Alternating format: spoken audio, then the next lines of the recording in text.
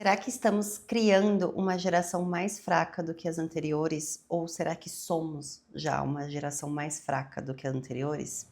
Eu não estou falando de força física, eu estou falando de algo muito mais importante. Da capacidade de suportar o desconforto, de agir mesmo com medo, de ter uma posição e defender essa posição, mesmo quando o mundo ao redor discorda, da capacidade de sobreviver ao julgamento alheio sem se dissolver. A gente vive num mundo em que uma opinião diferente pode gerar o temido cancelamento, em que o valor de uma pessoa começa a ser medido por visualizações, por likes, por número de seguidores, em que a aprovação externa virou métrica de existência. E nesse mundo, cada vez mais pessoas pararam de ser elas mesmas. Porque ser você mesmo tem um risco que muita gente não está disposto a correr. Só que quando a sua vida é regida pelo que os outros pensam sobre ela, você não está vivendo, você está sendo vivido. E isso tem um nome que os gregos conheciam muito bem: a escravidão. Os gregos, especialmente uma escola filosófica que a gente vai falar no decorrer desse vídeo, eles tinham uma prática deliberada para preparar as pessoas para exatamente isso, para a tirania do olhar externo, para o julgamento, para o desconforto de ser diferente no mundo que pune a diferença. Eu me chamo Gabriela Dias e este canal nasceu para transformar a mentalidade de quem está construindo algo sem atalhos, mas com muita profundidade, com referência e com a disposição de dizer o que é difícil de ouvir. E esse é um tema que pode ser um pouco difícil de ouvir, porque a pergunta sobre o que estamos nos tornando e o que já somos, né? O que estamos passando para quem vem depois também é muito importante. Ela não tem uma resposta confortável, mas é uma das mais importantes que nós podemos fazer. Então, bora pro tema. A fragilidade emocional crescente não é impressão de quem ficou velho, é fenômeno documentado, com dados, com curvas, com hipóteses sobre o que está causando. Jonathan é um psicólogo social da Universidade de Nova York e em 2024 ele publicou um livro que se tornou referência global sobre esse tema. O livro se chama A Geração Ansiosa. A tese central é suportada por décadas de dados. Diz que a geração que cresceu com smartphones, com redes sociais, apresentam taxas significativamente maiores de ansiedade, de depressão, de solidão, de dificuldade de tolerar as adversidades do que as outras gerações anteriores. E a curva começa exatamente com a popularização do smartphone ali por volta de 2012. Tem um livro também que se chama iGen, não sei se em português é assim, de uma psicóloga que estudou diferenças geracionais por alguns anos e décadas. Ela identificou o mesmo padrão. Jovens que cresceram sempre conectados são mais avessos a risco, são mais dependentes da validação externa e são menos dispostos a posições que possam gerar conflitos. E são mais solitários do que qualquer outra geração anterior, apesar de estarem muito mais conectados. E o mecanismo central que Jonathan, o psicólogo, identifica é o que ele chama de superproteção e privação de experiência. As crianças e adolescentes que nunca são expostos a riscos reais, a conflitos reais, a consequências reais, que são protegidos de todo o desconforto que antigamente, a gente olharia como uma forma de desenvolver, essas crianças chegam à vida adulta sem um repertório emocional necessário para navegar no mundo com autonomia. E o problema não é o sofrimento, o problema é a ausência de exposição ao sofrimento que é administrável, que é exatamente esse sofrimento administrável que constrói a capacidade de lidar com o sofrimento real. E as redes sociais adicionaram ainda uma camada nova e devastadora, digamos assim, que é a quantificação permanente do valor pessoal, dos likes, dos seguidores, das visualizações, que é uma métrica pública e em tempo real de quanto você é aprovado ou não pelo grupo. Para um cérebro adolescente, de um adolescente que já é hipersensível à aprovação social, isso é uma pressão sem precedente histórico, gente.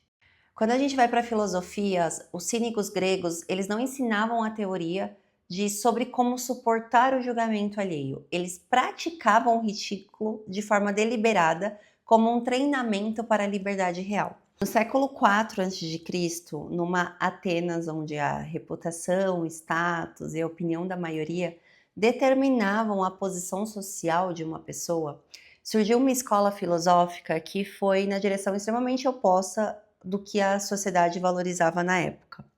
Os filósofos cínicos, fundados ali por Antístenes, que foi discípulo de Sócrates e levado ao extremo por Diógenes de Sinope. Ali eles partiam de uma premissa muito radical. A única forma de se libertar da tirania, segundo eles, era ser submetido a ela de forma repetida, de forma deliberada, até que ela perca o poder de te paralisar. Diógenes, por exemplo, ele vivia no túnel ali no meio do Ágora, na praça pública de Atenas. Ele comia em público o que os outros naquela época consideravam indigno, mas ele ignorava as convenções sociais de forma proposital. Quando o Alexandre o Grande, que era o homem mais poderoso do mundo na época, ele foi até ele e perguntou, né, se poderia fazer algo por ele. Diógenes respondeu o seguinte: sai da minha luz. Diógenes falava uma coisa no sentido assim, ó: a base da virtude é não se importar com a reputação. Quem tem medo do que os outros pensam nunca será livre. E ele não falava isso de uma forma de arrogância. Era o ascesis. Me perdoa se eu pronunciar errado, tá? Mas era o treinamento deliberado para o desconforto.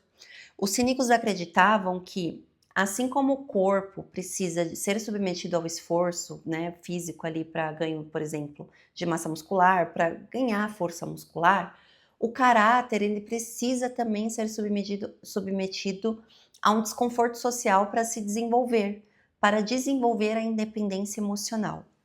E eles praticavam isso de forma ativa, se expondo ao ridículo, ao julgamento, à desaprovação da maioria. E eles não faziam isso de forma para provocar, mas sim para treinar, para desenvolver o que eles chamavam de autarqueia, que é a autossuficiência interna que não depende da aprovação alheia para existir. Em outras palavras, isso significava que eles criavam tipo uma casca assim de forma deliberada.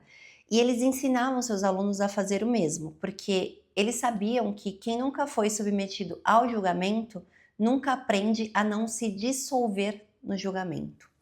Antístenes, ele foi o fundador da escola e dizia aos seus alunos algo que ressoa com uma precisão um pouco perturbadora para o nosso tempo. Ele falava assim, ó: aprende a suportar ser mal julgado. É o único treinamento que prepara para o mundo real. E Aristóteles, ele define coragem não como uma ausência de medo, mas sim como uma virtude de agir da forma certa, apesar do medo. Para ele, o covarde foge do perigo que merece ser enfrentado. Já o imprudente, ele avança sem medo quando deveria ter. Mas o corajoso, ele sente o medo, avalia e ele age mesmo assim. E isso aplicado ao nosso tema significa que a coragem de ter uma posição, de se posicionar publicamente, de suportar um julgamento, isso não é um dom, isso é um hábito. É uma virtude desenvolvida pela repetição de atos corajosos, mesmo cada um deles sendo desconfortável, mas cada um deles construindo um pouco mais da capacidade de fazer de novo, de novo e de novo. Então, quem não pratica os pequenos atos de coragem, como por exemplo, nunca discorda em uma reunião, nunca publica um conteúdo que realmente pensa, não tem coragem de cobrar o que o seu trabalho realmente vale, essa pessoa não vai ter uma coragem de repente quando o grande momento chegar. Porque o momento grande ali, ele se revela o que foi construído nos momentos pequenos. Se nós formos falar sobre a filosofia estoica, o estoicismo, eles herdaram muito dos cínicos, mas eles refinaram o que era radical em algo um pouco mais aplicável, digamos assim. Epicteto, que foi escravo e por isso ele conhecia de perto o que é ter uma liberdade externa completamente negada, ele ensinava que existe uma liberdade que ninguém pode tirar de você, que é a liberdade de como você responde ao que acontece. E que essa liberdade é a única que importa de verdade. E isso aplicado ao temido cancelamento, ao medo do julgamento, à tirania dos likes, significa que não é o julgamento dos outros que te paralisa, é a opinião que você formou sobre o poder que esse julgamento tem sobre você. E é essa opinião que pode ser mudada, não pela teoria, mas pelo que os cínicos chamavam de ascesis, o treinamento repetido de agir apesar dela. Marco Aurélio, ele dizia que o que te perturba não é o que acontece, mas o julgamento que você faz sobre o que acontece. Remove o julgamento e o perturbador some. Ou seja, gente, governar a si mesmo é, antes de qualquer coisa, governar a relação com o olhar externo. Quando você governa a si mesmo, você tem muito mais controle sobre a sua vida. Agora eu vou falar o que eu acho sobre isso tudo, tá? Eu acho que a gente está confundindo proteção com preparo. A gente quer tanto proteger as pessoas, seja os filhos, os jovens, seja a gente proteger a si mesmo, que a gente está protegendo tanto do desconforto, que está tirando delas ou de nós a capacidade de suportar o desconforto. E isso é complexo, porque estamos pagando um preço alto por isso.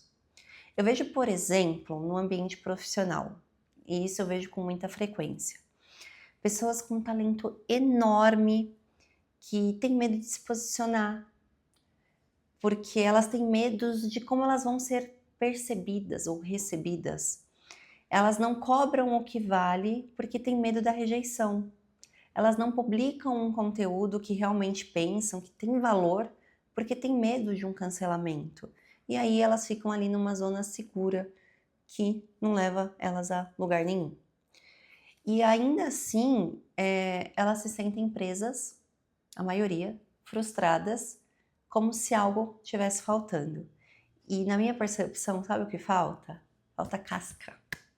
Falta o temido treinamento que os cínicos faziam, né? Eles faziam ali de forma deliberada e que nós paramos de fazer porque achamos que proteger as pessoas do desconforto, nos proteger do desconforto é um cuidado. E não é. Cuidado é preparar alguém para o mundo real, não para o mundo que a gente gostaria que existisse. E o mundo real, gente, ele julga. O mundo real discorda. O mundo real fala muitos nãos, muito mais nãos do que sim. O mundo real tem maioria que erra e minoria que tem razão. Então, saber navegar, né, nesse mundo não é opcional. É o que separa quem constrói de quem apenas existe esperando uma aprovação. Eu preciso finalizar esse vídeo com uma pergunta que me parece muito importante e que está no coração do insight que trouxe esse tema.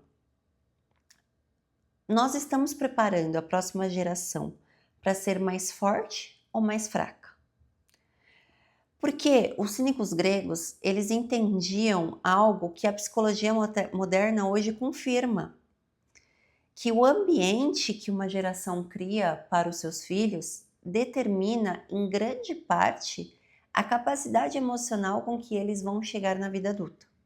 Isso não é uma genética, é exposição. É o que você permite que eles enfrentam ou não, e é o que você resolve por eles antes deles precisarem enfrentar. Jonathan, o psicólogo que eu comentei no início, ele chamou isso de antifragilidade. O conceito de que sistemas biológicos e psicológicos, eles não ficam resistentes ao estresse. Eles ficam mais fortes por causa deles. Desde que a dose seja administrável, desde que exista um suporte e desde que não seja um abandono, mas sim um desafio com presença. Então a pergunta não é se você vai proteger quem você ama dos desafios. A pergunta é: você está preparando essas pessoas que você ama para os desafios que você não vai poder evitar? Porque esses desafios eles vão chegar. E a casca que eu comentei, eles vão precisar dessa casca, porque ela precisa ser construída agora, nos pequenos desconfortos que você decide resolver ou não para eles. Os gregos sabiam que liberdade real não é a ausência de julgamento, é a capacidade de agir apesar deles. Diógenes no túnel, Antístenes submetendo seus alunos ao ridículo, Aristóteles definindo coragem como um hábito e não como um sentimento. Epicteto governando a mente enquanto o corpo estava acorrentado. Todos eles apontando para a mesma direção. A casca não vem do conforto. Vem da exposição repetida ao desconforto, com consciência, com propósito, com o objetivo de se tornar alguém que não precisa da aprovação alheia para continuar em movimento. Se a sua vida está sendo regida mais pelo que os outros pensam do que pelo que você pensa sobre si mesmo, esse é um trabalho. Não é fácil, não é rápido, mas é o único que produz liberdade real.